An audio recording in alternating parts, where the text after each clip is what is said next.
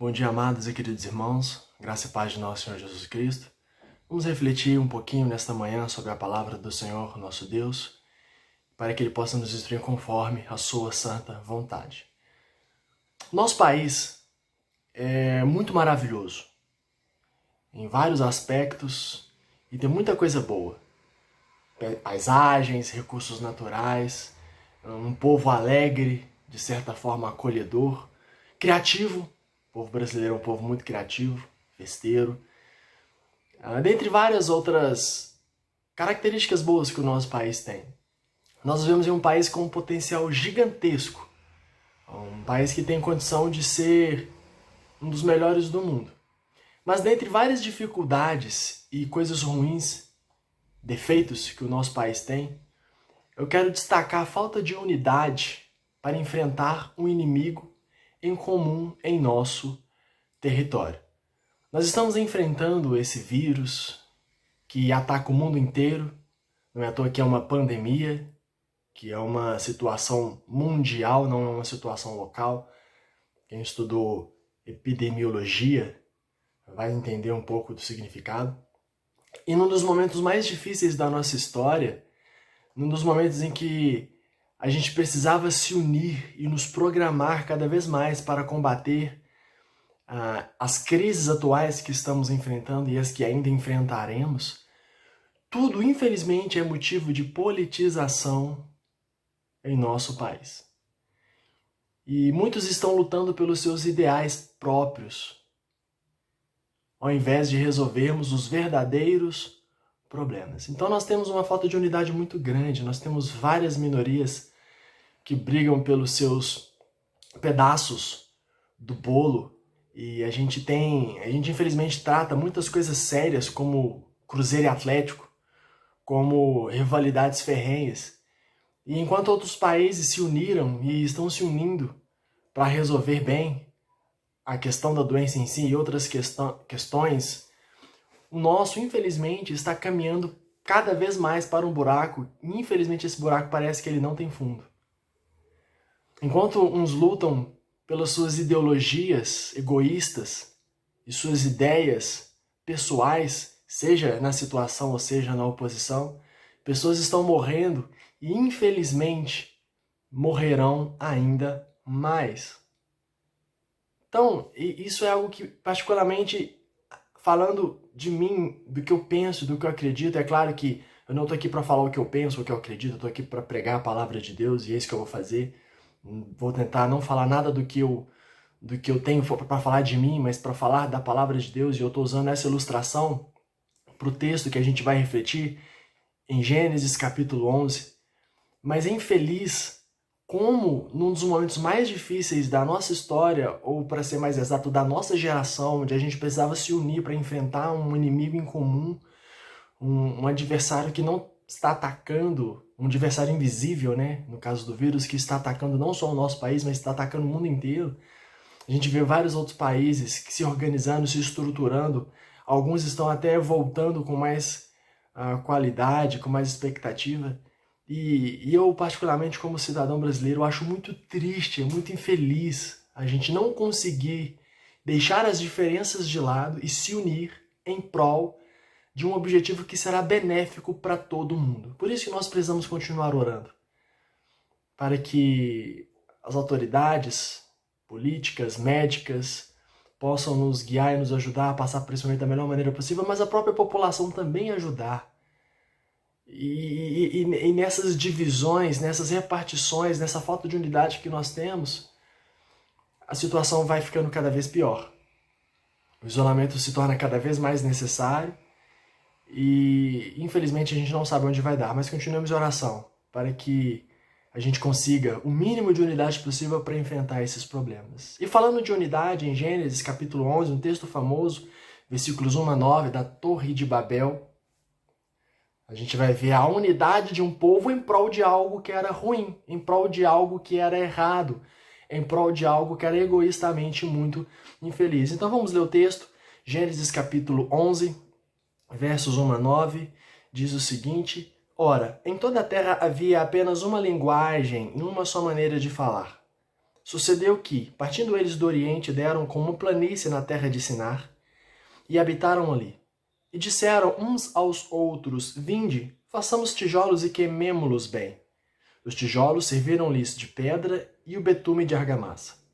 Disseram, vinde, edifiquemos para nós uma cidade e uma torre, cujo tope chegue até os céus, e tornemos célebre o nosso nome, para que não sejamos espalhados por toda a terra. Então, desceu o Senhor para ver a cidade e a torre que os filhos dos homens edificavam. E o Senhor disse, eis que o povo é um, e todos têm a mesma linguagem, isto é, apenas o começo. Agora não haverá restrição para tudo o que intentam fazer. Versículo 7, vinde, desçamos e confundamos ali a sua linguagem, para que um não entenda a linguagem de outro. Destarte, o Senhor os dispersou dali pela superfície da terra e cessaram de edificar a cidade, chamou-se-lhe, por isso, o nome de Babel, porque ali confundiu o Senhor a linguagem de toda a terra e dali o Senhor os dispersou por toda a superfície dela. Oremos mais uma vez pedindo a orientação do nosso Senhor. Pai, obrigado por essa manhã na tua presença, pela graça, pela misericórdia do Senhor. Obrigado porque o Senhor tem nos dado a oportunidade de perceber coisas maravilhosas da parte do Senhor em meio aos perigos e problemas e dificuldades que estamos passando. Fortaleça a tua igreja, fortaleça o teu corpo, ó Senhor Deus, e que o Senhor nos ajude, ó Pai, a unirmos-nos em prol daquilo que é certo, em prol daquilo que glorificará o teu santo nome, edificará o teu povo e expandirá o reino do Senhor nessa terra.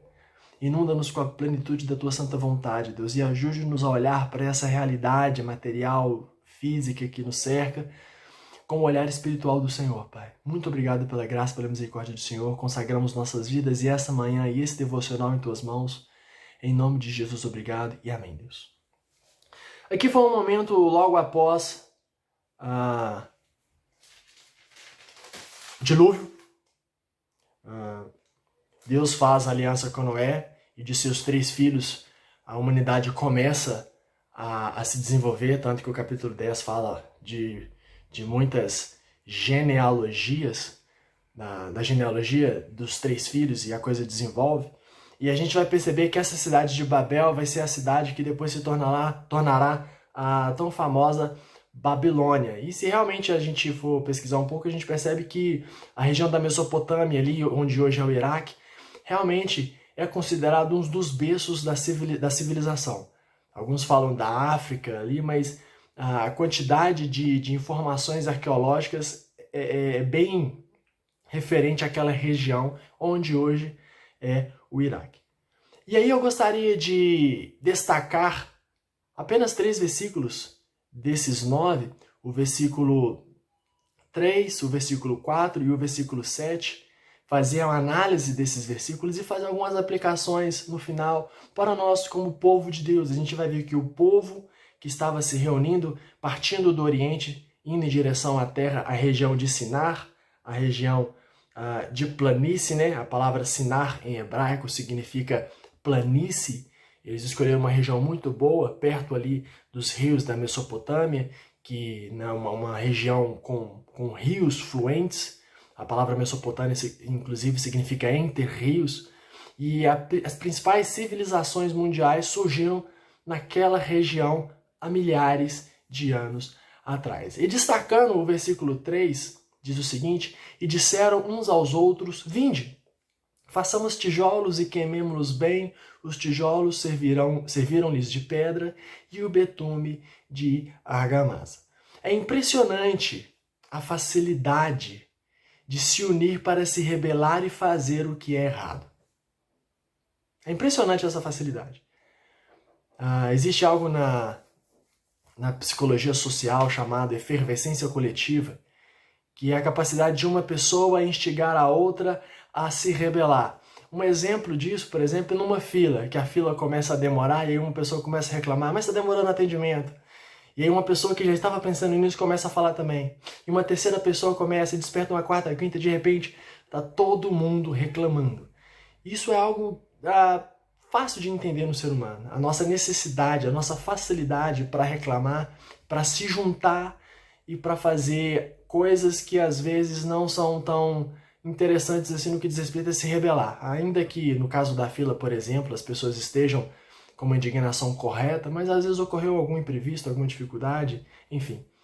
Fato é que às vezes é muito mais fácil se juntar para fazer o que é errado. Mas, por outro lado, às vezes também é muito difícil somar para fazer o que é certo. Campanhas do bem, coisas para ajudar as pessoas é um pouco mais difícil. E nesse contexto aqui, eles tiveram uma facilidade muito grande de se unir, de juntar um grande número de pessoas para fazer uma torre que chegasse até os céus.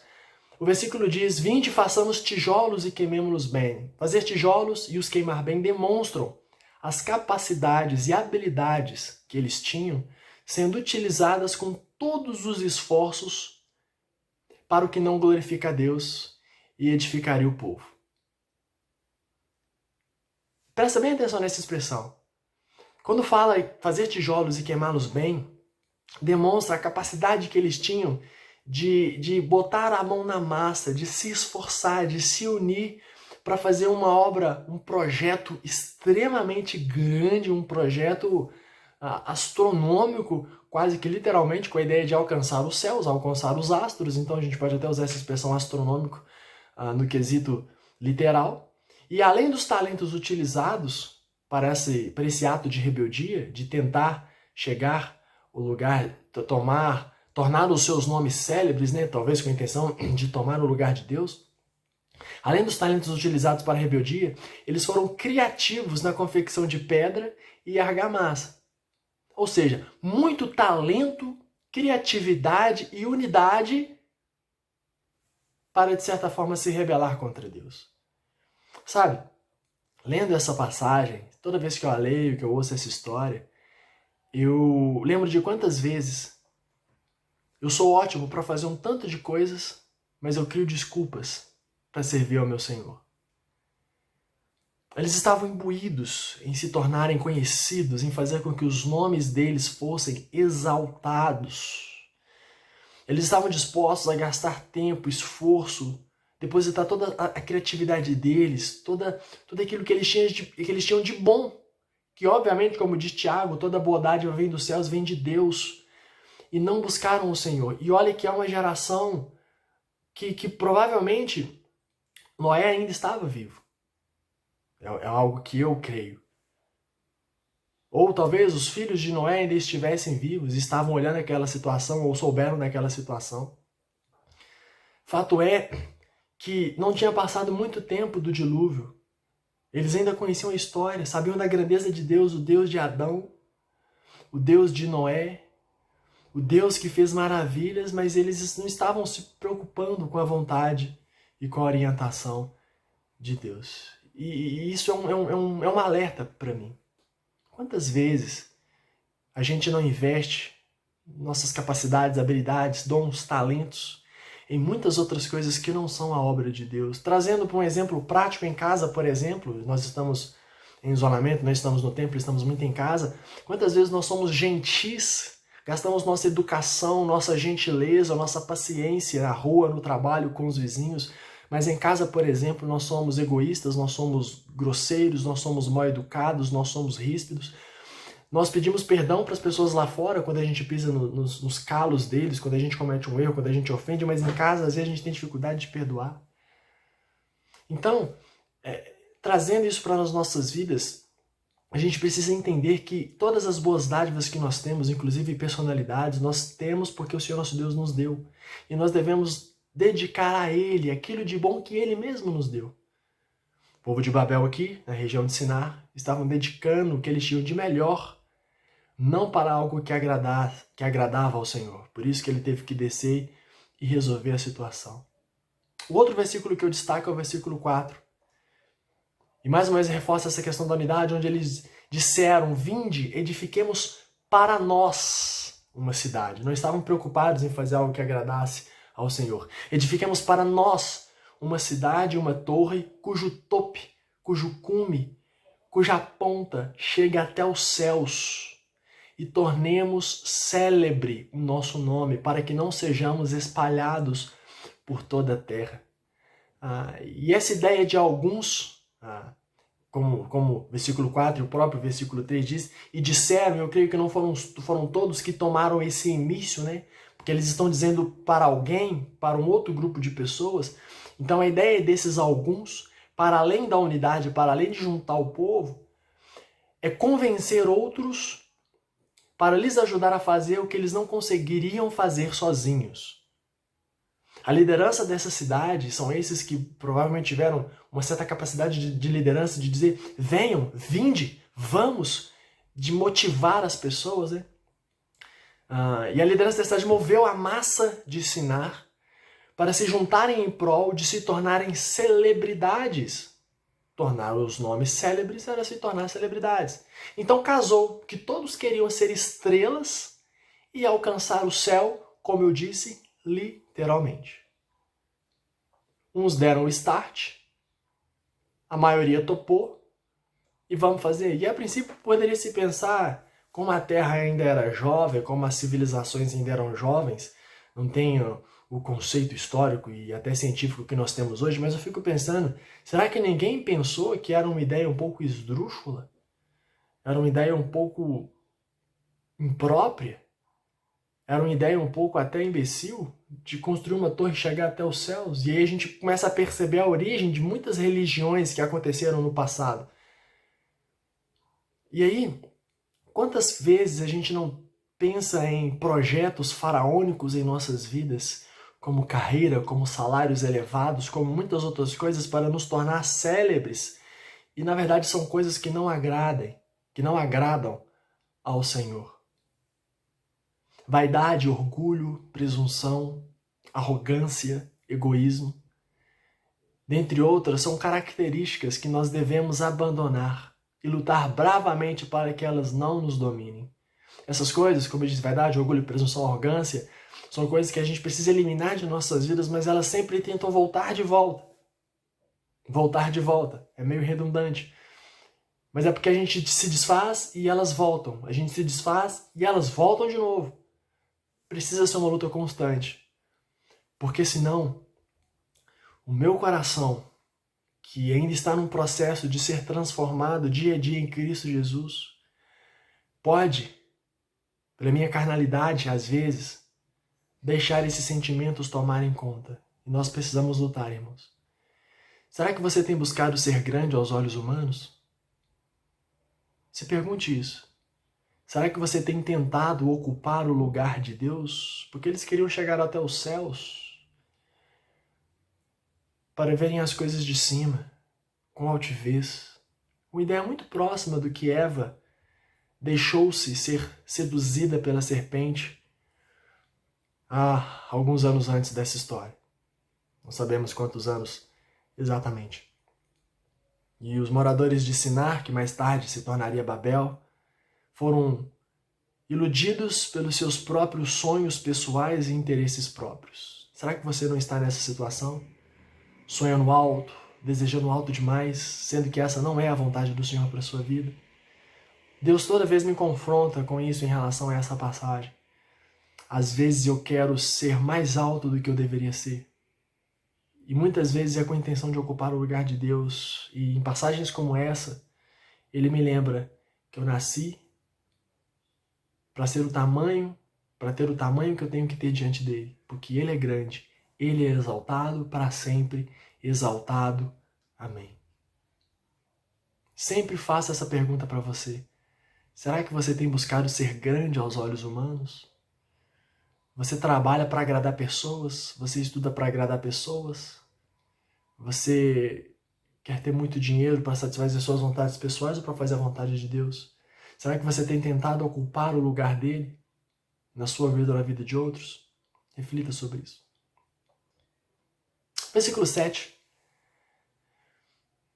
Depois de Deus perceber essa situação e ver o que estava acontecendo, diz, vinde, desçamos e confundamos ali a sua linguagem, para que um não entenda a linguagem do outro. O vinde de Deus é diferente do vinde do povo. Muito interessante essa observação. Versículo 3, eles falam, vinde, façamos. Versículo 4, eles dizem, vinde, edifiquemos. E no versículo 7, Deus diz, vinde e desçamos. E aí, seja sobre a relação harmônica da Trindade, seja as pessoas da Trindade conversando harmonicamente, se tratando para descer, ou seja, o Deus, com o auxílio dos anjos, conversando com eles, acontece que a unidade proposta por Deus é para que o mal maior não nos aconteça. Esse vinde de Deus é diferente do vinde do povo. O vinde de Deus tem a ver com a edificação, tem a ver com a glória do nome dele, tem a ver com aquilo que vai edificar o povo. O vinde deles era: venham, vamos fazer o que é errado. Venham, vamos fazer o que é difícil. Venham, vamos fazer... difícil no sentido de estar longe do agradável a Deus. Venham, vamos fazer aquilo que satisfaz as nossas vontades. Vinde, venham tornar os nossos nomes célebres. Mas o vinde de Deus é diferente. É o vinde santo. É um vinde que glorifica o seu próprio nome. É um vinde que edifica o próprio povo. Para o nosso próprio bem. Só Deus é digno de ter o seu nome exaltado entre os homens. Por isso ele desceu e não permitiu que eles chegassem onde queriam. A gente pode imaginar, se eles tivessem conseguido chegar até os céus, eles jamais tornariam os seus nomes célebres, porque a gente não tem o nome de nenhum deles aqui especificamente citados nessa obra. A gente vê nomes nas genealogias, tanto a genealogia que vem antes no capítulo 10, quanto a partir do versículo 10, aí falando dos descendentes de Sem, mas não tem nomes específicos. E ainda bem que o nome deles foi apagado. E ainda bem que o nosso nome, do povo de Deus, dos crentes, dos salvos, é apagado, porque o nome de Deus em nós é que deve ser exaltado em nossas vidas e pelos homens que nos rodeiam. Então, para o nosso próprio bem, só Ele é digno de ser exaltado acima de todos. E talvez, meu querido, Deus esteja usando essa mesma estratégia com você. Qual estratégia? Ele desceu para que eles não chegassem aonde eles queriam chegar. Ele desceu para que eles não alcançassem os seus objetivos, porque eu creio que aquilo faria mal para eles. Seria maléfico para eles. E essa expressão, vinde, desçamos, é o cuidado, o amor de Deus para estar em nosso meio e nos cuidar. E aí esse descer logo me remete ao Senhor Jesus Cristo, que desceu. E aí esse descer de Deus para confundir as línguas nos leva ao descer do Espírito Santo de Deus em Pentecostes para unificar na unidade da igreja. Então isso é algo maravilhoso que nós precisamos sempre frisar, meus amados e queridos irmãos. E como eu disse, talvez Deus esteja usando essa mesma estratégia para com você, para que você não se destrua conseguindo o que quer. Essa obra extremamente gigantesca, não tinha os recursos necessários para isso, provavelmente poderia ter ocorrido enormes tragédias. E chegando lá, jamais eles tornariam os seus nomes célebres e jamais alcançariam o lugar de Deus. Então eu creio que Deus evitou o pior na vida deles. E talvez Deus esteja evitando, talvez não, eu tenho certeza que Deus está evitando o pior na sua vida. Às vezes Deus não permite que você chegue onde você quer chegar, que você alcance o que você quer chegar, porque Ele sabe que vai te prejudicar. Por isso nós precisamos, diferente do povo de Sinar, que mais tarde virou Babel, nós precisamos ter um olhar humilde diante de Deus, nos submeter diante dele. Eles poderiam ter perguntado: ó Deus de Noé, Deus de Sem, Cã e Jafé, o que o Senhor quer de nós? Mas não, venham, vamos fazer a nossa vontade, tornar o nosso nome célebre. Então, que você, onde quer que você esteja me ouvindo, possa ser humilde diante de Deus, cada dia mais e mais buscar: Senhor, eu não quero tornar o meu nome célebre, eu quero que o Senhor seja célebre em mim e através de mim. Nós devemos buscar a unidade proposta pelo nosso Deus em prol do louvor da glória do nome dele. Como diz João Batista, convém que ele cresça e que eu diminua. Convém que ele cresça e que eu diminua. Nós, como igreja, como povo de Deus, nós precisamos nos unir. Nós precisamos estar juntos. E avançando para a conclusão, já no final desse estudo, depois de Deus frustrar os planos da Torre de Babel, é que a história segue o fluxo que Deus direcionou, que permite a existência de Abraão, da linhagem de Sem.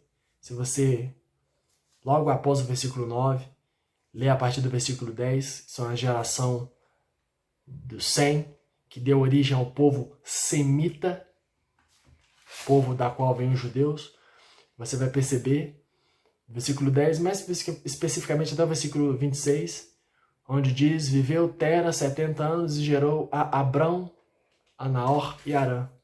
E aí de Abrão, que mais tarde mudará de nome no encontro íntimo profundo com Deus, se tornará Abraão, Deus através dele e de sua esposa, agora Sarai, e depois será Sara, começa aquilo que seria a base da nação de Israel, e mais especificamente, da tribo de Judá veio o nosso Senhor Jesus Cristo, de nosso Senhor Jesus Cristo da igreja. Então, a gente pode perceber o fio condutor da graça e misericórdia, da santa vontade de Deus ao longo da história, para que eu estivesse lhe trazendo essa mensagem e você esteja ouvindo ela onde quer que você esteja. Deus cuida da história, mas nós precisamos nos submeter a Ele, cada dia mais, cada vez mais, para vivermos plenamente a vontade que Ele tem para a gente. Outros zigurates existiram e ainda existem pelo mundo. E zigurates são torres semelhantes a esta, né, de Babel, claro que não no mesmo tamanho, é o nome que recebe, em vários outros lugares da região do Oriente Médio existem torres assim em outros continentes, como na Ásia, como as próprias pirâmides do Egito, por exemplo, podem, alguns arqueólogos e historiadores também consideram as torres, as pirâmides do Egito como zigurate. Aqui nas Américas, na América Central, na América do Sul, tem torres também dos ameríndios que estavam aqui. E isso mostra que, mesmo contra a vontade de Deus, a tendência do ser humano pecador é de se rebelar contra ele.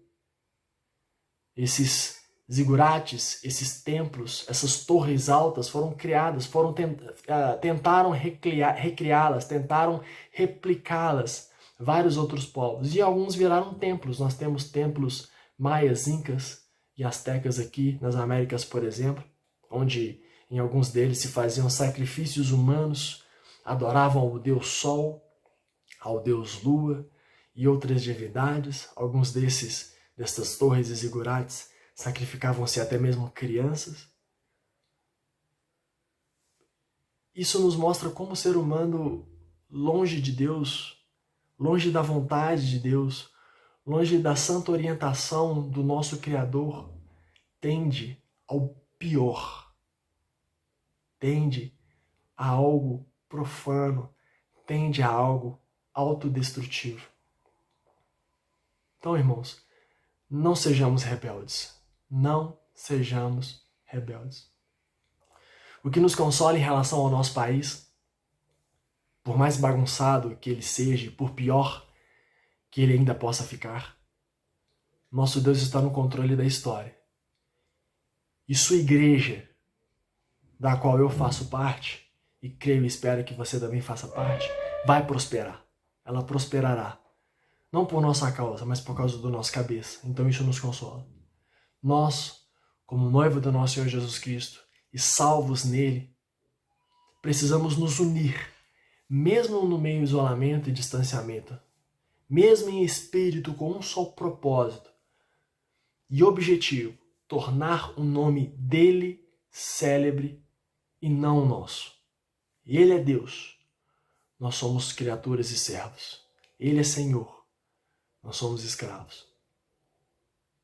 Amá-lo sobre todas as coisas e amar ao próximo como a nós mesmos, pregando e vivendo a mensagem do Evangelho. Porque assim como aconteceu lá em Sinar, em Babel, Deus desceu. E Deus desceu em Cristo Jesus. e ficou e habita em sua igreja. Por isso que nós precisamos nos unir em oração, em busca, em propósito, em fortalecimento, uma igreja forte, firme, viva, eficaz, no meio dessa pandemia sendo forte, sendo bênção, e quando acabar, a gente voltar mais forte do que nunca. Não seja altivo e orgulhoso como os moradores de Babel, mas seja humilde e submisso ao chamado de Deus em sua vida e através dela. Juntos, assim, não seremos confundidos e dispersos, como aconteceu com eles no versículo 9, mas cumpriremos a santa vontade de nosso Senhor neste mundo, independente das circunstâncias, seja em nosso país ou seja no mundo. Sejamos humildes, submissos e obedientes ao Senhor e nos unamos nesse santo, maravilhoso Espírito que nos cela para vivermos plenamente a vontade de Deus em nós, seja nesse isolamento ou seja quando tudo isso acabar. Oremos. Pai, obrigado pela graça e pela misericórdia do Senhor, por essa mensagem de manhã diante de Ti. Louvado seja o Teu santo nome, Pai, e obrigado pela graça e misericórdia do Senhor.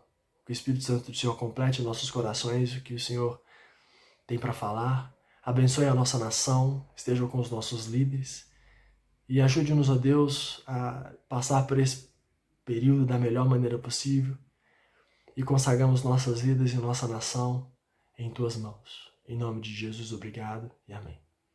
Obrigado, irmãos. Excelente domingo e Deus abençoe a todos.